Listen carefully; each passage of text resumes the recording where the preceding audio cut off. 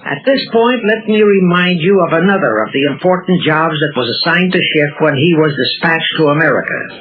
I refer to the job of destroying the unity of the American people by creating minority group and racial strife. By the pogrom-driven Jewish refugees into America, Schiff was creating one ready-made minority group for that purpose.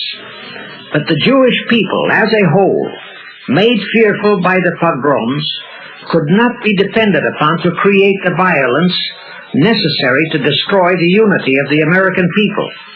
But right within America, there was an already made-to-order, although as yet a sleeping minority group, the Negroes, who could be sparked into so-called demonstrations, rioting, looting, murder, and every other type of lawlessness. All that was necessary was to incite and arouse them. Together, those two minority groups, properly maneuvered, could be used to create exactly the kind of strife in America the Illuminati would need to accomplish their objective. Thus, at the same time that Schiff and his co-conspirators were laying their plans for the entrapment of our money system, they were also perfecting plans to hit the unsuspecting American people with an explosive and terrifying racial upheaval that would tear the people into hate fractions and create chaos throughout the nation, especially on all college and university campuses, all protected by Earl Warren decisions and our so-called leaders in Washington. Of course, perfecting those plans required time and infinitely patient organizing. Now, to remove all doubts, I'll take a few moments to give you documentary proof of this racial strife plot. First of all, they had to create leaderships and organizations to draw in millions of dupes, both Jewish and Negroes, who would do the demonstrating and commit the rioting, looting, and lawlessness. So in 1909, Schiff, the Layman's, and other conspirators organized and set up the National Association for the Advancement of the Colored People, known as the NAACP. The presidents, directors, and legal counsels of the NAACP were always white men, Jews appointed by Schiff. And this is the case to this very day. Then, in 1913, the Schiff Group organized the Anti-Defamation League of the B'nai B'rith, commonly known as the ADL, to serve as the Gestapo and hatchet-man outfit for the entire Great Conspiracy. Today, this sinister ADL maintains over 2,000 agencies in all parts of the country, and they advise and completely control every action of the NAACP, CORE, of the Urban League, of all the other so-called Negro civil rights organizations throughout the nation, including such leaders as Martin Lucifer King, Stokely Carmichael, Bayard Rustin, and others of that ilk. In addition, the ADL acquired absolute control of the advertising budgets of many department stores, hotel chains, and TV and radio industrialist sponsors, also advertising agencies, in order to control practically all the mass communications media and force every loyal newspaper to slant and falsify the news, and to further incite and at the same time create sympathy for the lawlessness and violence of the Negro mobs. Here is documentary proof of the beginning of their deliberate plot to foment the Negroes into all their lawlessness. Around 1910, one Israel Zangwill wrote a play entitled The Melting Pot. It was sheer propaganda to incite the Negroes and Jews, because the play purportedly visualized how the American people were discriminating against and persecuting Jews and Negroes. At that time, nobody seemed to realize that it was a propaganda play. It was that cleverly written.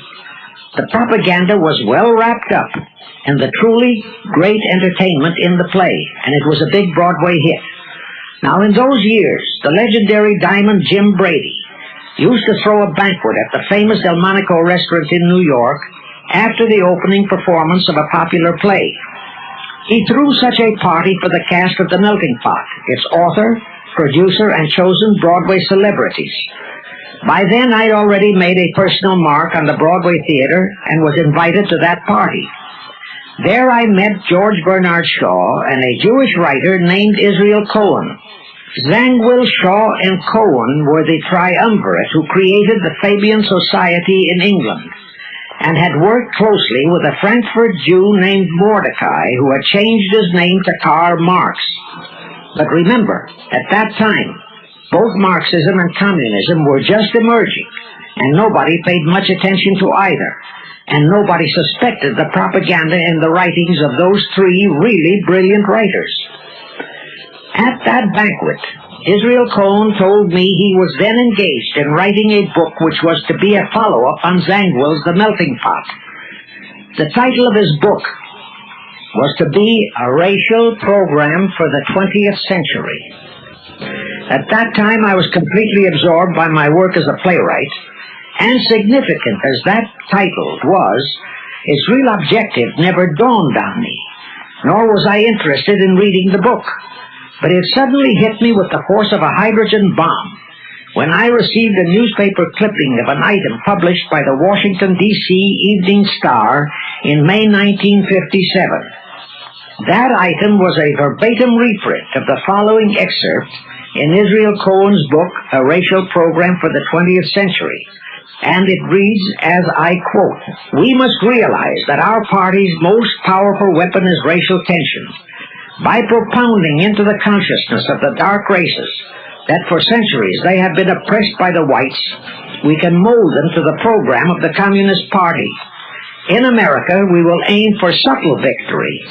While inflaming the Negro minority against the whites, we will instill in the whites a guilt complex for their exploitation of the Negroes.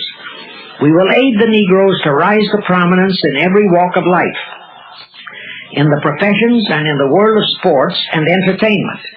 With this prestige, the Negro will be able to intermarry with the whites and begin a process which will deliver America to our cause."